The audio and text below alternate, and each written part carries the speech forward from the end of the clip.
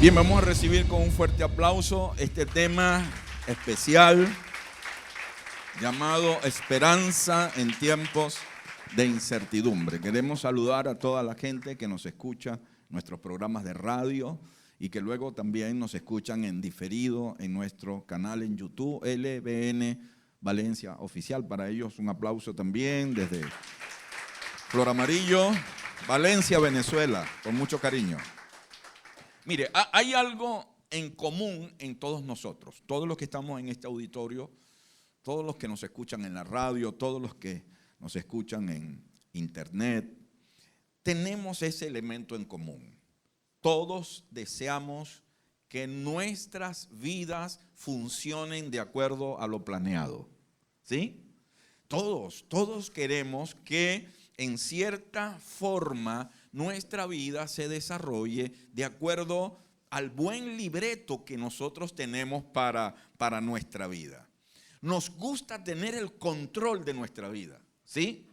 Decir, ahora va a ocurrir esto, ahora va a ocurrir aquello. Y si me pasa esto, me muevo para acá y aquí va a pasar esto y esto y esto y esto y soluciono de esta manera y de esta manera. Entonces nosotros creamos un mapa ideal de cómo deberían funcionar nuestras vidas, ¿sí? Es eso que algunos llaman zona de comodidad, zona de confort, ¿sí? Allí, ¿cuál es la zona de confort mía? Cuando las cosas se están dando como yo quiero y cuando yo tengo control en todas las cosas que ocurren dentro de ese espacio. Nos encanta tener el control de nuestra vida. Y cuando yo puedo tener el control de todo lo que pasa y todo está funcionando de acuerdo a como yo lo he planificado, pues me siento cómodo, me siento en un lugar de confort y eso me encanta. Ahora, yo no sé si tú sabías que eso es un mal principio para vivir. Es un mal principio y es un principio riesgoso. Santiago escribe una carta y siempre te he dicho, cada vez que cito la carta de Santiago, que esta carta fue escrita a gente con problemas. Santiago les escribe a ellos, capítulo 4, verso 13. Ahora escuchen esto. Ustedes que dicen, hoy o mañana iremos a tal cual ciudad, pasaremos allí un año, haremos negocio, ganaremos dinero. ¿Sí? Santiago dice, estoy hablando con esos que les gusta tener el control de sus vidas. De esos que les gusta organizar, hago esto y aquí me muevo para acá y gano tanto, invierto tanto, gano tanto, tener el control de todo. Oye lo que Santiago dice luego en el verso 14. Y eso que ni siquiera saben qué sucederá mañana. Porque tú no sabes qué va a suceder mañana. ¿O tú tienes la plena seguridad que tú vas a amanecer vivo mañana? ¿Sí? No sabes eso. Entonces Santiago formula esta pregunta. ¿Qué es su vida? Ustedes son como la niebla que aparece por un momento y luego se desvanece. ¿Qué es lo que está diciendo realmente Santiago? Santiago está diciendo, compañero, la vida no es un tubo de ensayo. O sea, tú no te sientas a decir, ahora hago esto y aquí me muevo esto, 1 más 1 es 2 y listo. Y tengo el control de todas las cosas. Yo no tengo el poder para programar mi vida. Puedo programar una computadora. Puedo colocarle un programa y diseñar todo lo que ella vaya a hacer o yo quiero que haga. Pero no puedo hacer eso con la vida. Yo no puedo tener el control de todo lo que me sucede en la vida. Yo no puedo andar por la vida buscando yo solucionar todas las cosas porque yo tengo el poder de cómo solucionar las cosas. Es un mal principio para vivir porque quieras aceptarlo o no, te suene chocante o no, hay momentos en que nuestra vida, díganmelo ustedes que no se lo quiero decir yo, se sale de control. Sí, hay momentos en que la vida se nos sale de control. Nuestros hijos no siguen nuestros anhelos, no estudian lo que queríamos que estudiaran. Es más, ni siquiera quieren estudiar. Un hijo un día te llama y te dice, papá, yo no, ¿verdad? No voy a seguir a la universidad, yo nací para trabajar. Yo creo que tengo genes de burro, porque me encanta. Sí, ya cambia por completo todo el panorama que tú tenías escrito. Si tú querías una gran cosa para tu hija, ella toma otras decisiones, no se va por el rumbo que tú y yo deseamos para ella, nuestras finanzas colapsan, nuestro país entra en crisis o se agudiza la crisis que ya tenemos, nuestra salud desmejora, las puertas se cierran, y entonces la vida se sale de control. Yo tenía planificado este año viajar a República Dominicana. Llamé a una amiga mía allá, unos amigos míos, les dije, este es el momento de hacerlo. Me dijeron, este es el momento. Y yo tenía este año un intento fallido. El año pasado tuve un intento fallido en el consulado, en la solicitud de la visa. Con ellos me dijeron, te solucionamos el problema. En cuestión de 24 horas, mis amigos ya me habían colocado en el correo el documento que había trancado el proceso la vez anterior. Ellos lo cancelaron, ellos lo llevaron a una notaría, ellos dijeron, nosotros vamos a hacer que tú vengas. Y ya yo en 24 horas ya yo tenía esa carta de garantía, que fue lo que trancó la solicitud de visa en el viaje anterior. Y dije, este es el momento, yo voy. Se cayó el suegro. ¡Pam! Y la caída del suegro detuvo todo y cambió todo. Y la vida se nos salió de control. Hasta la fecha hemos invertido casi $10,000 en la recuperación de la salud del suegro. Aparte de eso, del tiempo comprometido, las diligencias que hemos tenido que hacer. Salimos a las 8 de la mañana de la casa y regresamos a las 10 y 11 de la noche. Y la historia es para coger palco. Señores, hay momentos en que la vida se sale de control. Así es la vida. Se sale de control. Y ¿quién tiene planificado algo así? ¿Quién puede escribir en un libreto de su vida algo así? Nadie lo planifica. Esas cosas llegan solas y ocurren en nuestra vida. Y ese capítulo donde la vida se sale de control, créeme, nos cuesta aceptarlo. Aunque tú y yo sabemos que la vida es así.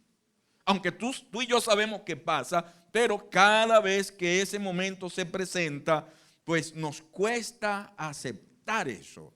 Y nos negamos a aceptar eso. Y producto de esa negación, comienza una escalera espiral en forma descendente. Y comenzamos a vivir cosas en nuestras vidas. Aparece algo que se llama crisis. ¿Sí?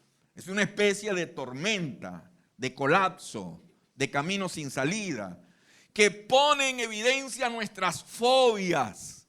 Sí, has escuchado, ay, que yo no sé vivir sin dinero. Fobia a estar limpio. No, es que yo no sé vivir en un país así. Sí, fobia. Mira, es como cuando la gente en las redes sociales empieza a promocionar un viaje a la playa. Entonces tú los ves. Ellos desde que salen de Valencia van montando fotos. Están en un yate y entonces empiezan a exhibir sus chocolates, ¿no? Tipos que yo los llamo papi. A eso yo los llamo papi. ¿Los conoces? Es fácil identificarlo. Ellos dicen, ¿cómo estás, papi? ¿Todo bello? Sí, un papi. Entonces lo ve tomándose fotos y la otra se empieza a tomarse fotos y parece que la retaguardia como que es la foto de la cédula de identidad. Toma fotos. Todos se toman fotos. Todo va bien hasta que el yate se mueve y cae al agua. Y entonces el papi, lleno de chocolate y todo, pega un grito desgarrador. ¡Ayúdenme que no sé nadar! ¿Sí? Ahí se acabó la admiración por él. Las crisis son así. Porque él no va a subir al yate diciendo yo no sé nadar. No se va a rayar de esa manera. ¿Qué es lo que va a poner en evidencia que él no sabe nadar? La crisis, el agua. ¿Te das cuenta? Así son las crisis. Las crisis ponen en evidencia que la vida no es tan controlada como nosotros decimos. Que yo no tengo tal control sobre mi vida y que hay cosas que me llevan a un escenario que yo no controlo. Y se llama crisis eso. Y eso me lleva al siguiente peldaño de esa escalera descendente en forma espiral, y el siguiente peldaño se llama incertidumbre. ¿Sí? Encontré un concepto interesante que quise compartírselos. Incertidumbre es falta de seguridad, de confianza o de certeza sobre algo, especialmente cuando ese algo crea en mí una profunda inquietud, cuando me mueve. Y yo no tengo la certeza, ni la confianza, ni la seguridad de cómo voy a manejarme en esa situación. ¿Sabes por qué?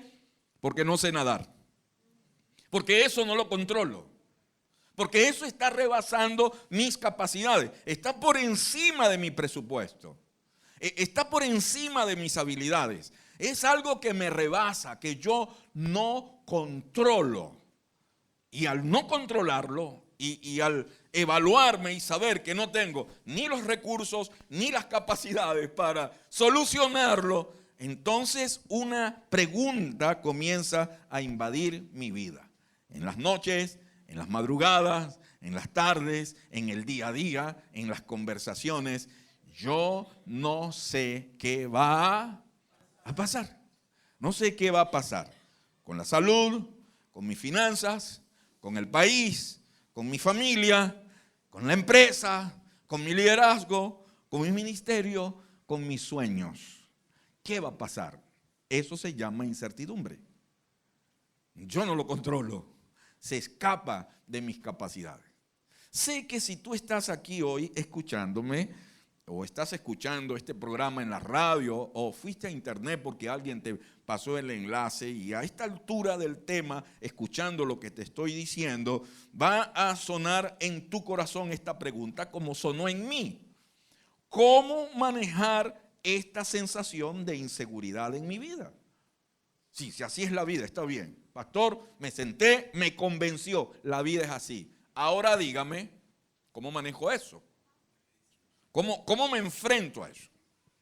¿Qué herramientas puedo yo buscar para enfrentarme a una situación como esa? Si vas a un psicólogo, tal vez el profesional de la conducta te va a decir, mijo, necesitas ayuda. ¿Sí? ¿Y dónde? Aquí está mi tarjeta. ¿Necesitas ayuda? Sí, y es válido eso, ¿no? Es válido. Hay momentos en que hay que buscar ayuda. Pero hay una herramienta práctica. Yo no es que quiero hacer una especie de intrusismo, ¿no?, con los psicólogos y los terapeutas. Pero hay una herramienta, es una teoría, para mí es muy funcional, que plantea que la preocupación es una conducta aprendida. En algún momento de mi vida yo aprendí a preocuparme. Si la preocupación es una conducta aprendida, no preocuparme es algo que yo también puedo aprender. ¿Sí? Puedo aprender a no preocuparme. Y una de las formas en que puedo aprender a no preocuparme es observando, analizando, estudiando y revisando las experiencias de otros. Eso es válido. ¿Sí? Es como cuando estamos en una reunión de grupo pequeño, ponte de parejas, y las parejas comienzan a hablar de sus rollos. Ay, sí, hermano, nosotros pasamos por una crisis, mire que casi nos dábamos una cachetada con un budare. Ay, nosotros vimos. Tú que estás escuchando es semejante cosa, ¿qué estás diciendo a lo interior? La primera cosa que viene a tu mente es, nosotros no somos los únicos. Y la segunda es, estos están peores que nosotros. Sí. Porque tú empiezas a aprender de las experiencias de otros. Es como cuando tú, como papá, estás viviendo una crisis con tu hijo adolescente que está en una etapa de esa que le cambia la voz, le cambia el cuerpo, le salen pelos por todas partes. Es una cosa loca. Él no es niño, no es adulto, es un mutante, se come todo lo sabe. Y tú no sabes como papá cómo manejar esa situación. ¿A quién buscas? Buscas a padres que han tenido esa experiencia, que han pasado o están pasando por algo. Y estos padres te van a decir, mira, lo primero que quiero decirte es tranquilízate. ¿Sí? Mira, nosotros vivimos esto. Y allí la experiencia de otros comienza a enriquecer tu vida. Y empiezas porque por allí se dice, nadie aprende en zapatos de otros. Eso es falso. Sí aprendemos de la experiencia de otros. Y yo puedo conectarme con otro. De hecho, Salomón dijo, en la abundancia del consejo hay sabiduría. Y cuando ese consejo sabio, cuando esa orientación que se desprende de la experiencia de otro llega a mi vida, yo puedo tener luces para cómo metérmele al asunto que yo estoy enfrentando hoy. Y lo interesante de todo esto que les estoy planteando es que la Biblia está llena de experiencias así, de personas que vivieron momentos de incertidumbre, personas que vivieron momentos de quiebre. La pregunta que me hago es, ¿cómo lo manejaron? ¿Cómo lo enfrentaron? ¿Qué hicieron? Y puedo aprender de esa experiencia cosas que pueden ayudarme en el presente. Yo quiero que juntos revisemos una de esas tantísimas experiencias que hay en la Biblia. Y la llamé así, el David de Primera de Samuel 30. Suena raro, ¿verdad? Suena evangeliquísimo. Sí, el David de Primera de Samuel 30. ¿Por qué le di ese nombre? Porque David tú lo encuentras en otras partes de la Biblia. ¿Sí? Lo encuentras. Es más, David aparece en casi toda la Biblia. Aparece en los libros históricos, aparece en los libros poéticos, aparece en los libros proféticos, aparece en los evangelios, aparece en el libro de los Hechos, aparece en las epístolas paulinas, en la carta a los hebreos y en Apocalipsis. Casi toda la Biblia. Pero yo no quiero hablarte de ese David que está regado por toda la Biblia. De él se dicen montones de cosas. El dulce cantor de Israel, el salmista, el que mató a Goliat. Las doncellas de Jerusalén cantaban de David y decían, Saúl hirió a sus 1000, David a sus 10,000. No de ese David quiero hablarte. Quiero hablarte del David de Primera de Samuel capítulo 30. De ese quiero hablarte. ¿Nos metemos en la Biblia? Yo se lo tengo ahí en pantalla. Verso 1. Al tercer día, David y sus hombres llegaron a Siclag, pero se encontraron con que los amalecitas habían invadido la región del Negev. Amalecitas eran una especie así de malandros de la época, ¿sí?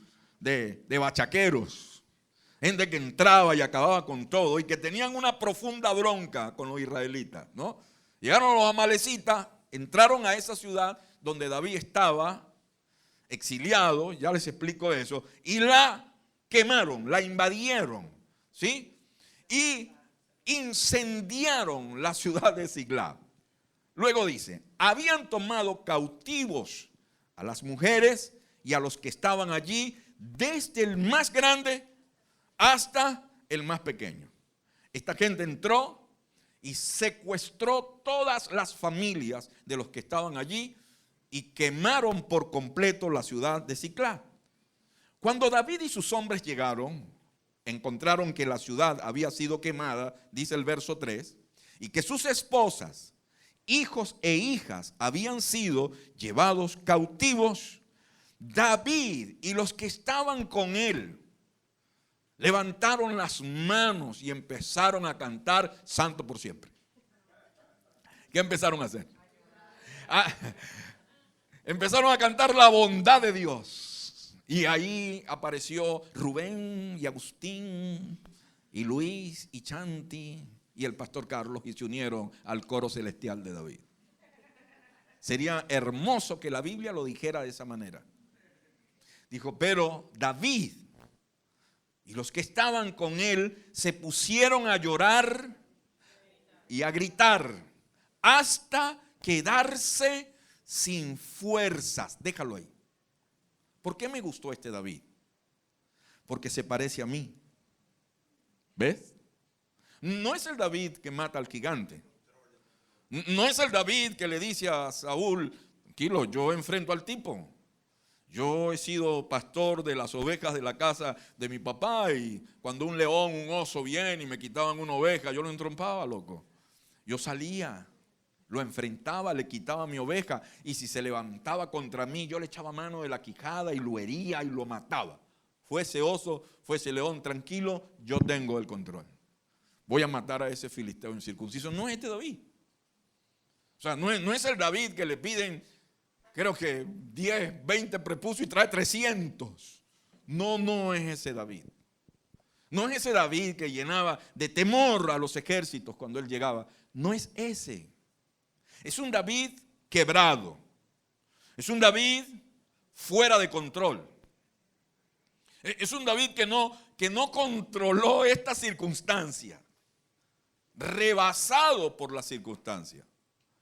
Cuando tú ves esto, tú te convences que la Biblia es verdad y que está hablando de seres humanos reales y auténticos. ¿Qué llevó a David a este punto? Antes de llegar a este versículo, sería bueno que tú revises en la historia qué lleva a David a este punto. Y cuando revisas esta historia te das cuenta que ese versículo 4 de este capítulo 30 de Primera de Samuel es como la cereza del helado. Es la gota que rebosa la copa. Es un David que viene perseguido. Saúl arma un ejército de 3,000 hombres para matarlo. Es un fugitivo que carga 600 amargados con él todos los días. Que tuvo que salir del país. Es un David exiliado. No está en su tierra. No está en su nación. Está viviendo entre los filisteos. Y los filisteos le dan esta pequeña ciudad para que él viviera con sus 2 esposas y con sus 600 locos, junto con la familia de esos locos que andaban con él. Es un David que viene de ser rechazado por los propios filisteos, que habían entrado en guerra con Israel, y por él estar dentro del territorio israelita, dijo, yo tengo que salir a pelear a favor de los filisteos, y se presentó ante los filisteos. Y los filisteos, los príncipes de los filisteos, cuando lo vieron, llamaron al rey y le dijeron, ese que está ahí es David. No conviene que ese loco vaya con nosotros a la batalla. No sea que se voltee contra nosotros, porque él es el David del que cantaban las doncellas. Saúl hirió a sus 1000 y David a sus 10,000. Y entonces vienen los filisteos y dicen, mira David, chévere tu actitud, muy bueno, estamos agradecidos, te pusimos a prueba, la pasaste, pero no puedes pelear con nosotros. Y lo corren. Pero cuando llega a su ciudad, a la pequeña ciudad donde vivía, otros malandros habían llegado, habían saqueado la ciudad, la habían quemado, le habían secuestrado a la familia y a las familias de los 600 locos que andaban con él. ¿Sabes qué pasó ese día? Colapsó. Se quebró David. Era como que una cosa tras otra, una cosa tras otra. La vida a David se le había salido de control. Y cuando llegamos a ese punto, cuando la vida se sale de control, cuando las cosas no salen de acuerdo a nuestro libreto, cuando nos sentamos en la vida y evaluamos y decimos, bueno, yo había planificado que a estas alturas así debía ser mi vida y resulta que es todo lo contrario, pues sencillamente nos quebramos. Sí, no me diga amén, que ese calladito ahí. Nos quebramos. Porque no estamos programados para eso. No estaba eso en el libreto y fue exactamente lo que le sucedió a David. Y la pregunta de las 4,000 lochas, como decía mi abuela, es, ¿qué voy a hacer? Si en este momento tu vida es eso, ¿qué vas a hacer? Ven el próximo domingo que te lo quiero decir. No, te lo voy a decir hoy. Quiero revisar algunas cosas en esta historia contigo, ¿no? Verso 6. David se angustió, pues la tropa, de paso, hablaba de apedrearlo. O sea, estos tipos dijeron, mira, un momentico, esto es David, ¿vale? Nosotros estamos empavados con este loco. Hay que salir de él. Dios no lo va a iluminar. Así que nosotros vamos a eliminarlo. Y esta gente habló de apedrearlo. Pues todos se sentían amargados por la pérdida de sus hijos e hijas.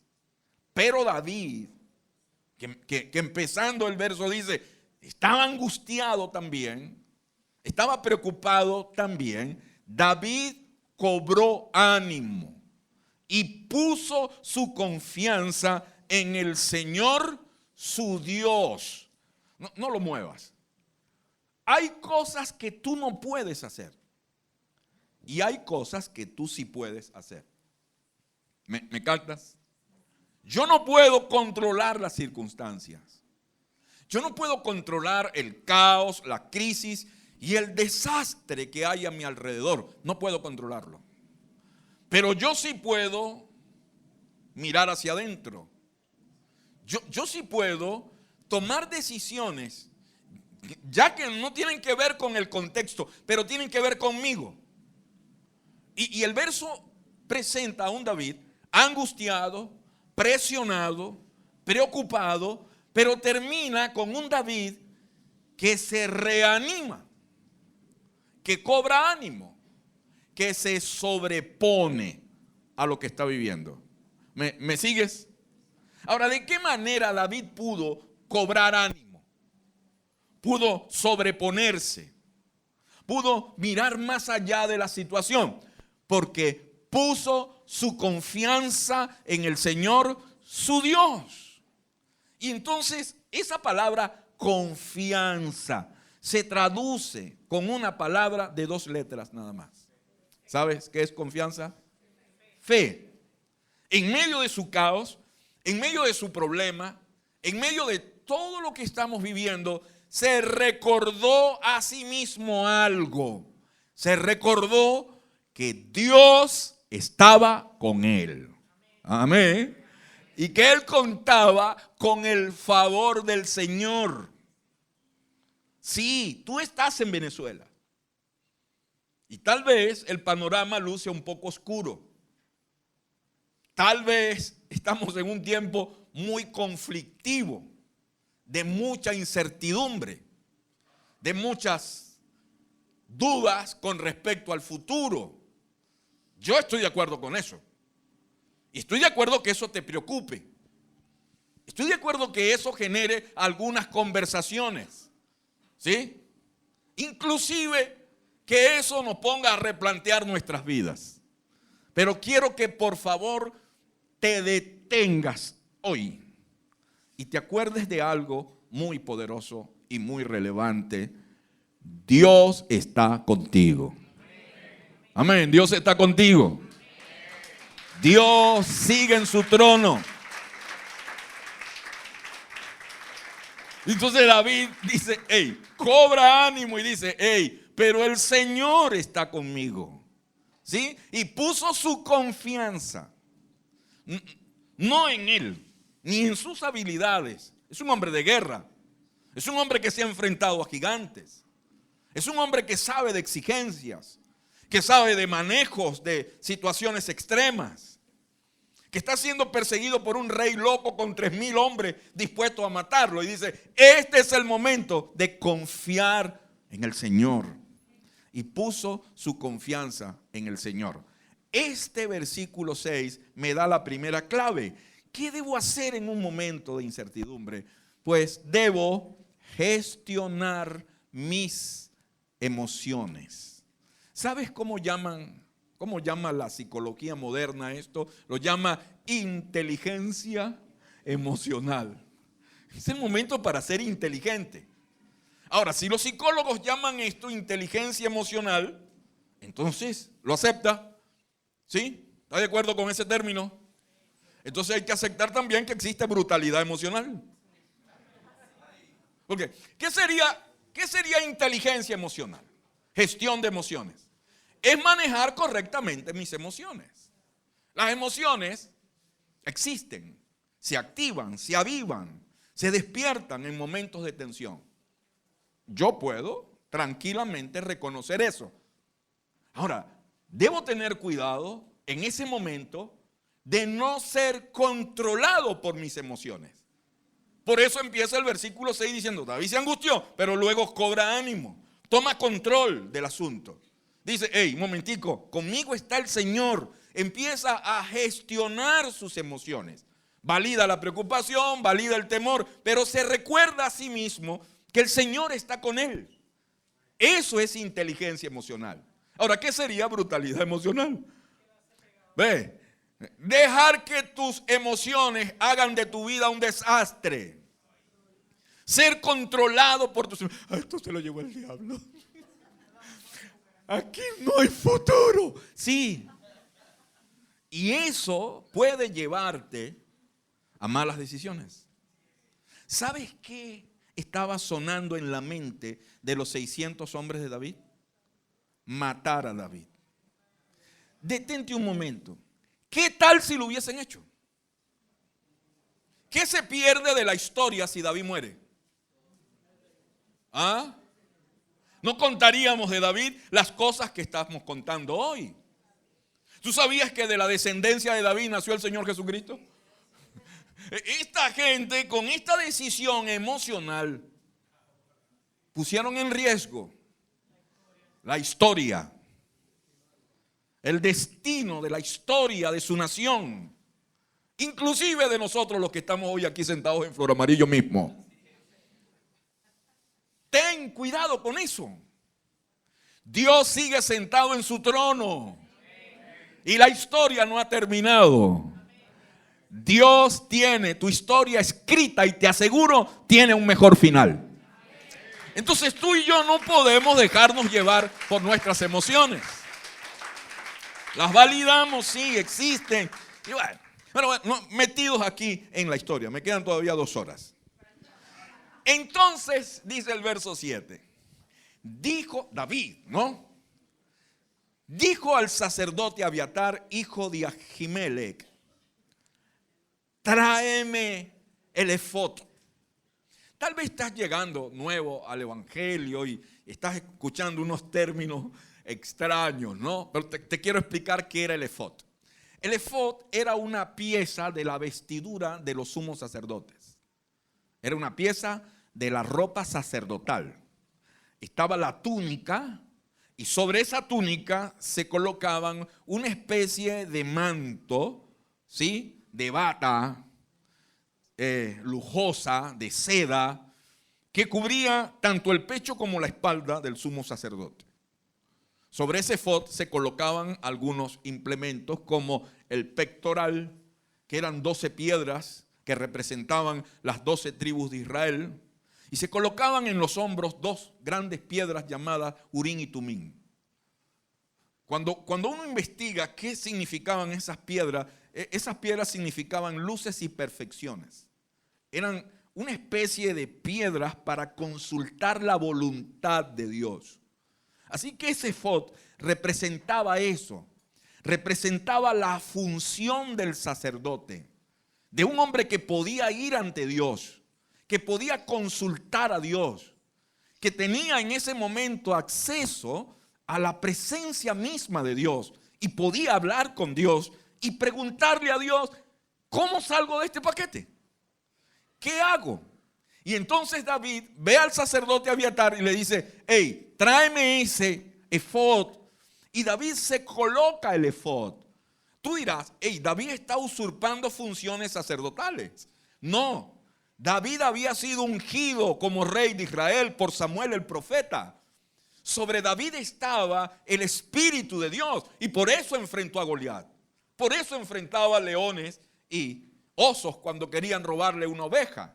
David sabía que contaba no solo con el favor de Dios, sino con la bendición de poder hablar con Dios. ¡Wow! El creador del universo, el dueño de la tierra, ese que en un salmo David mismo escribió diciendo, del Señor es la tierra y su plenitud, el mundo y todo lo que en él habita. Y entonces él le dice al sacerdote, tráeme eso, necesito hablar con el jefe. ¿Te das cuenta? Y eso me lleva a una segunda herramienta interesante. La titulé así: usa ¿qué? Usa tus opciones. ¿Te acuerdas del programa ¿Quién quiere ser millonario? O sea, tú llegabas al programa, había una ruta de 0 a cierta cantidad de millones, ¿sí? Y la persona en ese concurso debía responder una serie de preguntas, unas alcabalas que habían con preguntas, él debía responderlas para optar por el premio millonario, el máximo premio al final.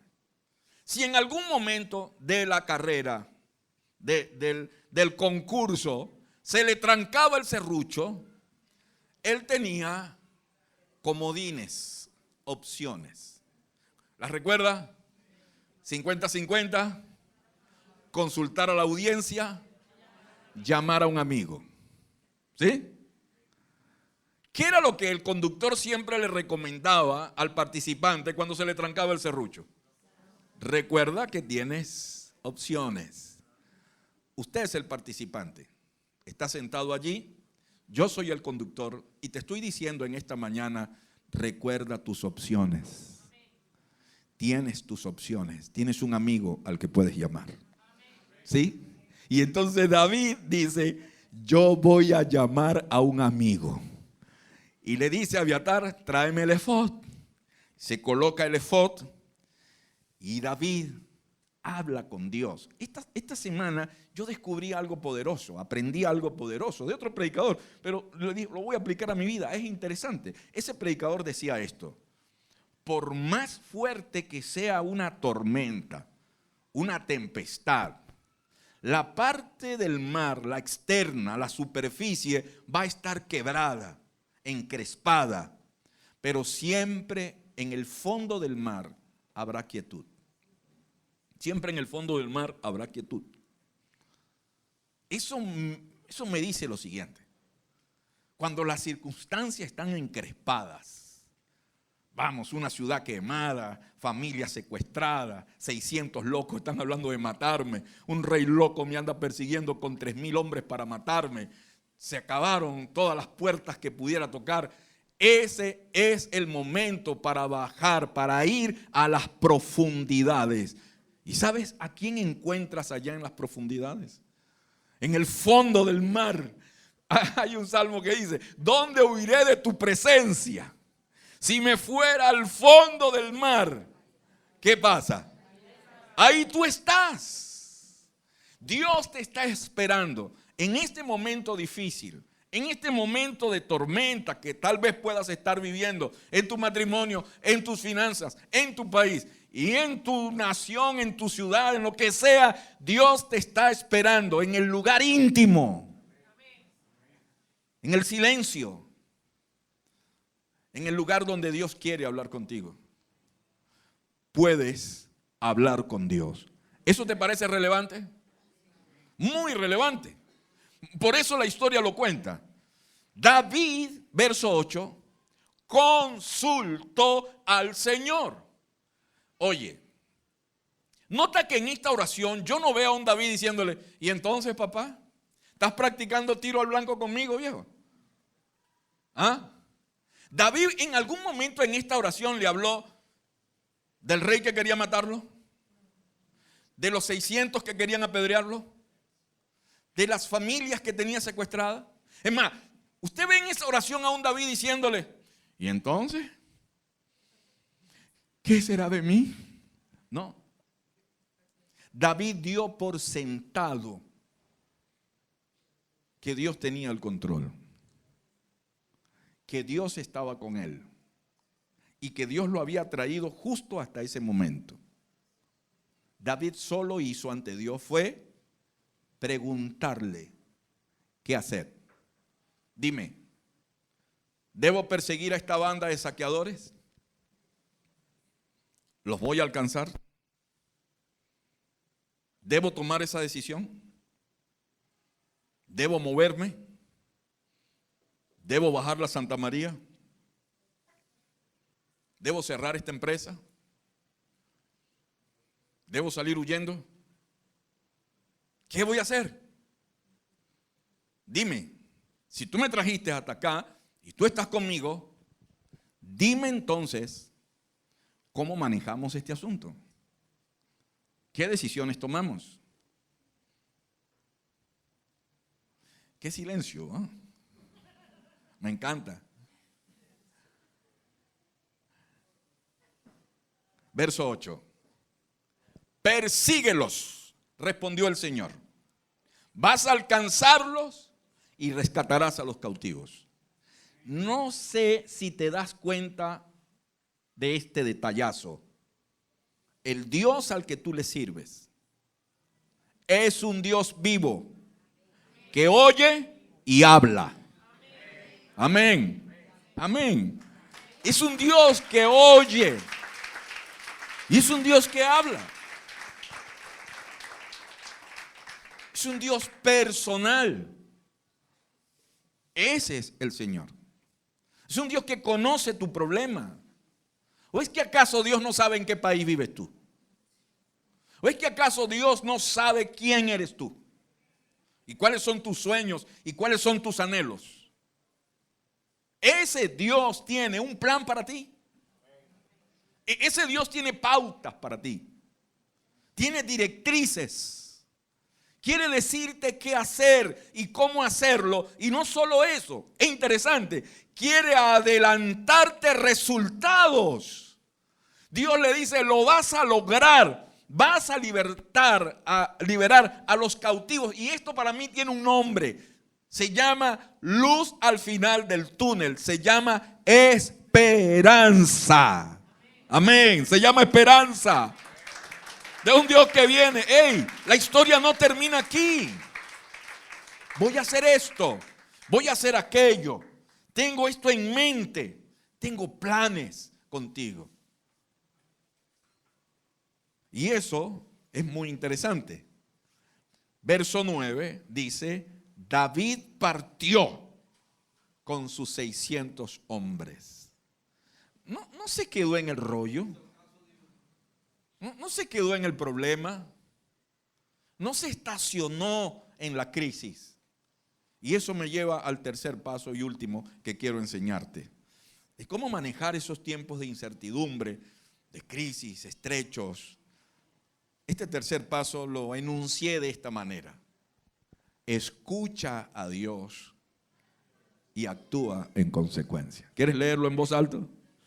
Escucha a Dios y actúa en consecuencia.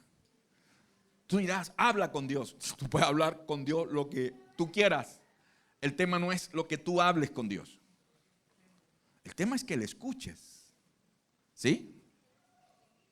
Y que tú actúes en consecuencia. Yo no sé cómo te han predicado otros evangélicos a Dios, a ti, ¿verdad? Pero el Dios que yo te estoy hablando es el Dios de la Biblia.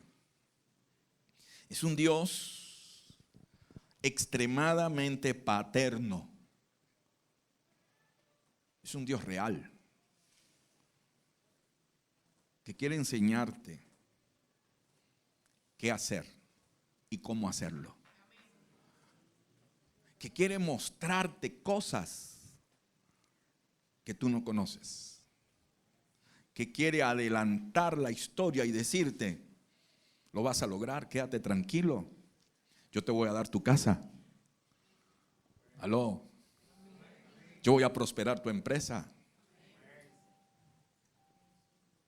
Te voy a dar el carro, viejo, quédate tranquilo.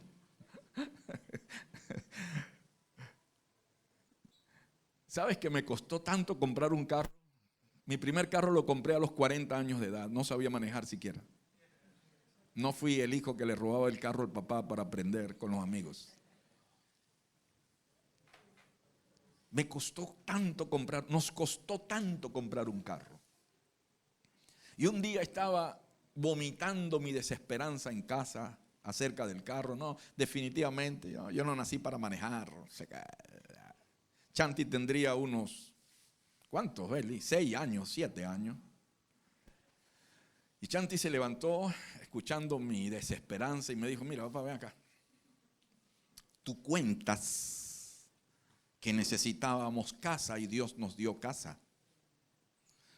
Tú hablas y predicas que necesitábamos cambiar la cocina y Dios nos permitió cambiar la cocina. Necesitábamos cambiar la nevera y Dios nos permitió cambiar la nevera por una más grande. Tú hablas de lo que Dios ha hecho. ¿No te puede dar Dios un carro? ¿No nos puede dar el Señor un carro? Y ese día mi hija me pastoreó. El día que el carro llegó a la casa, que tuvo que ir un amigo a Barquisimeto a buscarlo, porque yo no manejaba sincrónico, no manejaba, y fue un amigo a buscarlo. Compramos un carro con 2 años de uso. Cuando subía él, el carro olía nuevo, ¿sí? Con 40,000 kilómetros. Y el día que el carro entró al garaje de la casa, que abrimos el garaje, y el carro entró, Chanti llorando me decía, te lo dije, te lo dije. Mi hija vio el carro antes que yo. Y eso se llama fe. Quédate tranquilo. El Señor no ha terminado. Amén. El Señor no ha terminado. Quédate tranquilo. Muévete y actúa en función a lo que el Señor te orienta y te dice. Así que ese día David obtuvo dirección al escuchar a Dios y eso le dio movimiento. ¿Te das cuenta? Cuando Dios te dice, hey, por aquí, tira las redes a la derecha. Ahora vas a hacer tal cosa. Vamos, anda a buscar la fábrica de yogures. Ponte a vender yogur y yo voy a derramar mi gloria sobre esos yogures. Sí, piensa Dios, te voy a dar recursos. Muévete a República Dominicana. Allá tengo gente para bendecirte y cisternas de agua fresca para ti. Haz esto, haz lo otro. Toca esta puerta. Ese es el Dios del que yo te estoy predicando. Y a ese Dios lo encuentras en la intimidad. A ese Dios no lo encuentras en TikTok. No lo encuentras en Instagram, ni en las redes sociales, ni enfermo con los teléfonos todo el día. A ese Dios lo encuentras en el lugar secreto de la oración. Ahí lo encuentras. Lo encuentras en la intimidad. Lo encuentras en las noches, en las madrugadas. Ahí lo encuentras. Y te aseguro que te está esperando. Porque tiene instrucciones para ti. Tiene cosas que decirte. Y tiene anuncios que darte. Amén. Resultados. Me encantan las historias de la Biblia. ¿Sí? Porque llegan al capítulo final. Resultados. Verso 18. David pudo recobrar todo lo que los amalecitas le habían robado. Y también rescató a sus 2 esposas. Nada les faltó del botín. Ni grande ni pequeño. Ni hijos ni hijas. Ni ninguna otra cosa de lo que les habían quitado. La versión antigua dice, todo lo recuperó David. ¿Qué te parece? Esa historia me gusta porque esa historia es la tuya. Y es la mía. Se llama restitución de un Dios que está comprometido en esto. Ahora, busqué al Señor, decía David en el Salmo 34, y Él me respondió. ¿Y qué hizo? Y me libró de todos mis temores. Ahora yo entiendo a este David del Salmo 34. Porque vivió momentos críticos, difíciles, extremos. Y aprendió en esos momentos a depender del Señor. Te pregunto, ¿qué te produce esa historia? Vamos, dímelo. ¿Qué te produce esa historia? ¿Ah? Si puedes darle una palabra a eso que sientes, ¿qué te produce esta historia? Te produce fe.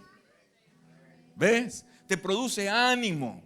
Te produce esperanza. Otra pregunta. Si Dios lo hizo con David, ¿qué crees que hará contigo?